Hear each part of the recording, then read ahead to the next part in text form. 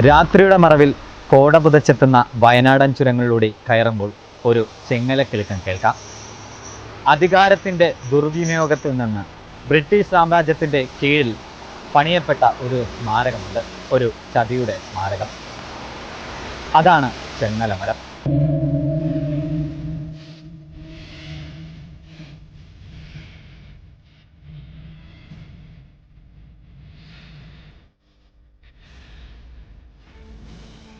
ആ ചെങ്ങലമരത്തിനും ഈ വയനാടൻ ചുരത്തിനും ഒരു കഥയുണ്ട്.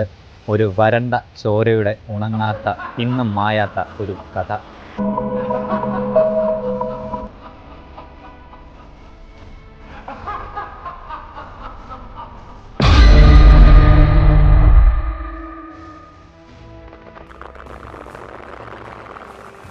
അവിടെ കണ്ട കാഴ്ച സായിപ്പിനെയും കൂട്ടരെയും അക്ഷരാർത്ഥത്തിൽ ഞെട്ടിച്ചു എന്ന് തന്നെ പറയാം. ഈ അടുത്തൊരു ഒരു ടീം വന്ന് രാത്രി 12 മണിക്ക് ശേഷം ഇവിടെ വന്നിട്ട് ഈ ചങ്ങലേനെ ഫോട്ടോ എടുക്കാൻ നോക്കി. 12 മണിക്ക് ശേഷം ഫോട്ടോ എടുക്കാൻ നോക്കിയപ്പോൾ അദ്ദേഹത്തിന് അവർക്ക് ഈ ഫോട്ടോ കാണുന്നില്ല. അവിടെ ഒരു വെള്ള കളർ മാത്രമേ കാണുള്ളൂ. കുറച്ച് ദിവസമായിട്ട് വീട്ടിൽ കുത്തുന്ന ഇങ്ങനെ ചെണ്ട വിട്ട് തന്നെ കൈകൊണ്ട് ചെണ്ട വിട്ടുന്ന ആക്ഷൻ കാണിക്കുക. അങ്ങനെ കുറേ ദിവസം കഴിഞ്ഞ് ഇവിടെ നിൽക്കുന്ന അന്നത്തെ പൂജാരി, അപ്പോൾ അവരെ വീട്ടിൻ്റെ അടുത്തായിരുന്നു. അപ്പോൾ അവരോട് വന്നിട്ട് പറഞ്ഞു ഇവിടെ ഒരു പൂജയും കാര്യങ്ങളൊക്കെ ചെയ്ത് നോക്കും. ഇവിടെ നിന്ന് പൂജ കഴിഞ്ഞ് 2 ദിവസം കഴിഞ്ഞ് അതിൻ്റെ 15 ഒരു അത്ഭുതം തന്നെയല്ലേ. എന്നാൽ ആദ്യമായി സായിപ്പിൻ്റെ ലക്ഷ്യം പിഴച്ചു. കരിന്തണ്ടൻ മൂപ്പനെ കൊല്ലുവാൻ സായിപ്പിന് സാധിച്ചില്ല. അങ്ങനെ അന്ന് അടയാളപ്പെടുത്തിയ വഴിയിലൂടെ ഈ ചെമ്പൻമുടിക്കാരൻ നടന്നു കയറി. ആ കൊടുങ്കാട് നടന്നു കയറി, അതും ഒറ്റയ്ക്ക്. വയനാടൻ ചുരത്തിലെ കരിന്തണ്ടൻ മൂപ്പൻ കെട്ടുകഥകളോ അതോ യാഥാർത്ഥ്യമോ? ഈ ചെങ്ങലമരവും കരിന്തണ്ടൻ മൂപ്പനും തമ്മിലുള്ള ബന്ധമെന്ത്? ഈ ചെങ്ങലമരത്തിൻ്റെയും കരിന്തണ്ടൻ മൂപ്പൻ്റെയും കഥയറിയണമെങ്കിൽ കുറച്ചധികം കാലം പുറകോട്ട് പോകണം. അതായത് നൂറ്റാണ്ടുകൾ പുറകിലോട്ട് പോകേണ്ടി വരും. 18-ാം നൂറ്റാണ്ടിലെ മലബാർ ചരിത്രം. 18-ാം നൂറ്റാണ്ടിൽ ബ്രിട്ടീഷ് അധിനിവേശം കൊടികൊണ്ടിരുന്ന ഒരു സമയമുണ്ടായിരുന്നു. മലബാറിലെ സുഗന്ധവ്യഞ്ജനങ്ങളും മറ്റും സായിപ്പിൻ്റെ കണ്ണിൽ മത്തു പിടിപ്പിച്ചിരുന്നു. അവയുടെ സുഗന്ധം സായിപ്പിനെ ഒരു അധിനിവേശത്തിലേക്ക് കൊണ്ടെത്തിക്കുകയും ചെയ്തു.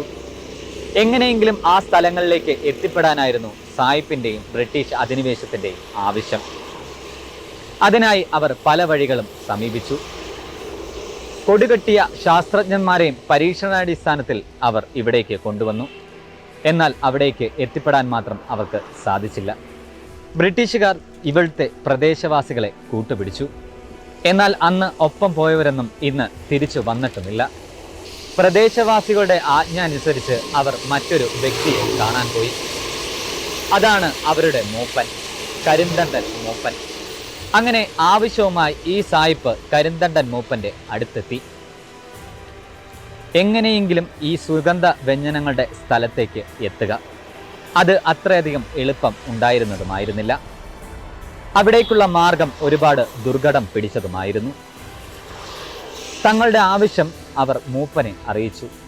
മൂപ്പൻ സഹായിക്കാമെന്ന് വാഗ്ദാനം നൽകുകയും ചെയ്തു. എന്നാൽ അന്ന് മൂപ്പൻ പറഞ്ഞ ഒരു കാര്യമുണ്ട്. തൻ്റെ കാടിനെ നശിപ്പിക്കുകയോ അല്ലെങ്കിൽ അവിടെയുള്ള മൃഗങ്ങളെ നശിപ്പിക്കുകയോ ചെയ്യരുത് എന്ന്. ഈ പറയപ്പെടുന്ന ബ്രിട്ടീഷ് സായിപ്പ് അത് അക്ഷരം പ്രതി കേൾക്കുകയും ചെയ്തു. അതിനോടൊപ്പം വഴി കാണിച്ചു തരാൻ മൂപ്പനോടൊപ്പം സഞ്ചരിക്കുകയും ചെയ്തു. അങ്ങനെ സായിപ്പും ഈ പറയപ്പെടുന്ന മൂപ്പനുമായി കാടിനുള്ളിലൂടെ യാത്ര തുടങ്ങി. വഴികൾ തേടിയുള്ള യാത്ര. അങ്ങനെ ആ കാട്ടിലൂടെ മൂപ്പൻ്റെ കൂടെ സായിപ്പും ബാക്കിയുള്ളവരും യാത്ര തുടർന്നു. ബാക്കി എല്ലാവർക്കും ഏറ്റവും അധികം ഭയങ്കരമായിരുന്ന വഴി ഈ പറയപ്പെടുന്ന കരിന്തണ്ടൻ മൂപ്പന് വളരെയധികം എളുപ്പമായി തോന്നി. സായിപ്പിന് അതൊരു അത്ഭുതകരമായി തോന്നുകയും ചെയ്തു. കരിന്തണ്ടൻ മൂപ്പൻ വഴി നയിച്ച് മുന്നിൽ നടന്നു, സായിപ്പ് പിന്നിലും. വഴികൾ മറന്നു പോകാതിരിക്കാൻ വേണ്ടിയിട്ട് സായിപ്പ് പലപ്പോഴും തൻ്റെ വഴിയിൽ ഒരു തരം അടയാളങ്ങൾ വിൽക്കുന്നുണ്ടായിരുന്നു. അങ്ങനെ കരിന്തണ്ടൻ മൂപ്പൻ്റെ കൂടെ സായിപ്പ് യാത്ര തുടർന്നു. തൻ്റെ യാത്ര ഒരുപാട് ദുഷ്കരമായിരുന്നു. എന്നാൽ ഏത് മാർഗത്തിലൂടെയും ആ ലക്ഷ്യസ്ഥാനത്ത് എത്തുക എന്നതായിരുന്നു സായിപ്പിൻ്റെ മുന്നിലുണ്ടായിരുന്ന ഏക വഴി. അങ്ങനെ കരിന്തണ്ടൻ മൂപ്പൻ ഓരോ മാർഗതടസ്സങ്ങളും നീക്കി മുന്നോട്ട് നടന്നു, സായിപ്പ് പിന്നാലെ. അവസാനം അവർ ആ ലക്ഷ്യസ്ഥാനത്ത് എത്തുകയും ചെയ്തു. അതായത് ഇന്ന് ഈ പറയപ്പെടുന്ന വയനാടൻ ചുരം കയറി അങ്ങ് മുകളിൽ ചെല്ലുകയും ചെയ്തു. എന്നാൽ ലക്ഷ്യസ്ഥാനത്ത് എത്തിക്കഴിഞ്ഞപ്പോഴത്തേക്കും സായിപ്പിൻ്റെ തനി നിറം പുറത്തു വന്നു. താൻ ഈ ലക്ഷ്യത്തിൽ എത്തിച്ചേർന്നത് ഒരു ആദിവാസിയുടെ സഹായത്തോടു കൂടി ആണെന്ന് ലോകം അറിഞ്ഞു കഴിഞ്ഞു കഴിഞ്ഞാൽ തങ്ങൾക്ക് അതൊരു അപമാനമായി തീരുമെന്ന് സായിപ്പ് മനസ്സിൽ വിചാരിച്ചു. അങ്ങനെ സായിപ്പിന് കരിന്തണ്ടൻ മൂപ്പനോട് ഒരുപാട് പകയും വിദ്വേഷവും വളർന്നു തുടങ്ങി. അത് ഒരുപക്ഷെ കരിന്തണ്ടൻ മൂപ്പന്റെ മരണത്തിലേക്ക് തന്നെ നയിച്ച ഒന്നായിരുന്നു. എങ്ങനെയെങ്കിലും കരിന്തണ്ടൻ മൂപ്പനെ കൊല്ലണം എന്നായിരുന്നു സായിപ്പിന്റെ മനസ്സിലുണ്ടായിരുന്നത്. അങ്ങനെ അവർ കരിന്തണ്ടൻ മൂപ്പനെ കൊല്ലാൻ വേണ്ടിയിട്ട് ഓരോ മാർഗങ്ങൾ ഒരുക്കി തുടങ്ങി. അങ്ങനെ കരിന്തണ്ടൻ മൂപ്പനെ ചതിയിലൂടെ കീഴ്പ്പെടുത്താൻ സായിപ്പും കൂട്ടരും ശ്രമിക്കുന്നു. കരിന്തണ്ടൻ മൂപ്പനെ ഒളിച്ചിരുന്ന് വെടിവെക്കുകയായിരുന്നു എന്നതാണ് ലക്ഷ്യം. എന്നാൽ ആദ്യമായി സായിപ്പിന്റെ ലക്ഷ്യം പിഴച്ചു. കരിന്തണ്ടൻ മൂപ്പനെ കൊല്ലുവാൻ സായിപ്പിന് സാധിച്ചില്ല. പല വഴികളും നോക്കി. അവിടെ നിന്നെല്ലാം കരിന്തണ്ടൻ മൂപ്പൻ രക്ഷപ്പെടുകയും ചെയ്തു. എന്തുകൊണ്ടാണ് സായിപ്പിന് കരിന്തണ്ടൻ മൂപ്പനെ മാത്രം വെടിയുതിർത്തപ്പോൾ തൻ്റെ ലക്ഷ്യം പിഴച്ചത് എന്ന് പലതവണ ആലോചിച്ചു. അത് പ്രദേശവാസികളിലേക്കും എത്തി. ആ പ്രദേശവാസികൾ വഴിയാണ് കരിന്തണ്ടൻ മൂപ്പന്റെ കയ്യിലുള്ള കുറച്ച് മുദ്രകളെപ്പറ്റി ഈ സായിപ്പ് അറിയുന്നത്. ആ മുദ്രകളും ആ ചിഹ്നങ്ങളും കയ്യിലുള്ളിടത്തോളം കാലം കരിന്തണ്ടൻ മൂപ്പനെ ആർക്കും കൊല്ലാനോ അപായത്തിൽപ്പെടുത്താനോ കഴിയില്ല എന്ന് ആ പ്രദേശവാസികളിൽ നിന്നും ആ സായിപ്പും കൂട്ടുകാരും മനസ്സിലാക്കുകയും ചെയ്തു. പിന്നീട് ബാക്കിയുള്ള തയ്യാറെടുപ്പായിരുന്നു. എങ്ങനെയെങ്കിലും കരിന്തണ്ടൻ മൂപ്പനെ ഇല്ലാതാക്കിയേ തീരൂ. അതിനുള്ള ചില പ്ലാനുകൾ. അങ്ങനെ പ്രദേശവാസികളിൽ നിന്നും സായിപ്പ് ഒരു കാര്യം തിരിച്ചറിഞ്ഞു. ചോലയിലിറങ്ങി കുളിക്കുമ്പോൾ മാത്രമാണ് തൻ്റെ മുദ്രകൾ അദ്ദേഹം ഊരി വെക്കുന്നത് എന്ന്. അവിടെ വെച്ച് കരിന്തണ്ടൻ മൂപ്പനെ കൊല്ലുവാൻ സായിപ്പും കൂട്ടുകാരും തീരുമാനിക്കുന്നു. അങ്ങനെ ഒളിച്ചിരുന്ന ഈ സമയത്ത് കരിന്തണ്ടൻ മൂപ്പൻ അവിടെ എത്തുന്നു. ആ ചോലയുടെ മറവിൽ ഒളിച്ചിരുന്ന സായിപ്പും കൂട്ടരും കരിന്തണ്ടൻ മൂപ്പനെ വെടിയുതിർക്കുന്നു. അങ്ങനെ കരിന്തണ്ടൻ മൂപ്പനെ ചതിയുടെ വലയിൽപ്പെടുത്തി കീഴ്പ്പെടുത്തുന്നു സായിപ്പും കൂട്ടരും. അന്ന് രാത്രി അവർ ഒരു ആഘോഷം നടത്താൻ തീരുമാനിച്ചു. മദ്യസേവയും മറ്റുമായി ഒരു ആഘോഷം. തന്നിലേക്ക് എത്തപ്പെടാനിരിക്കുന്ന സൗഭാഗ്യങ്ങളെ ഓർത്ത് സായിപ്പ് ഒരുപാട് ചിന്തിച്ചു കൂട്ടി. അന്ന് തൻ്റെ ഗസ്റ്റ് ഹൗസിൽ ഒരു വലിയ പാർട്ടിയും അറേഞ്ച് ചെയ്തു. അദ്ദേഹത്തിൻ്റെ ഉറ്റ സുഹൃത്തായിരുന്ന ഒരു ചെമ്പൻമുടിക്കാരനുണ്ടായിരുന്നു സായിപ്പിൻ്റെ. അദ്ദേഹം മദ്യലഹരിയിൽ ഈ വഴി കാണണമെന്ന് ഉള്ള ആഗ്രഹം പ്രകടിപ്പിച്ചു. അങ്ങനെ അന്ന് അടയാളപ്പെടുത്തിയ വഴിയിലൂടെ ഈ ചെമ്പൻമുടിക്കാരൻ നടന്നു കയറി. ആ കൊടുങ്കാട് നടന്നു കയറി, അതും ഒറ്റയ്ക്ക്. കുറേ സമയത്തിന് ശേഷവും അദ്ദേഹം തിരിച്ചു വരാത്തതിനെ തുടർന്ന് സായിപ്പും കൂട്ടരും അദ്ദേഹത്തെ തേടി ഇറങ്ങി.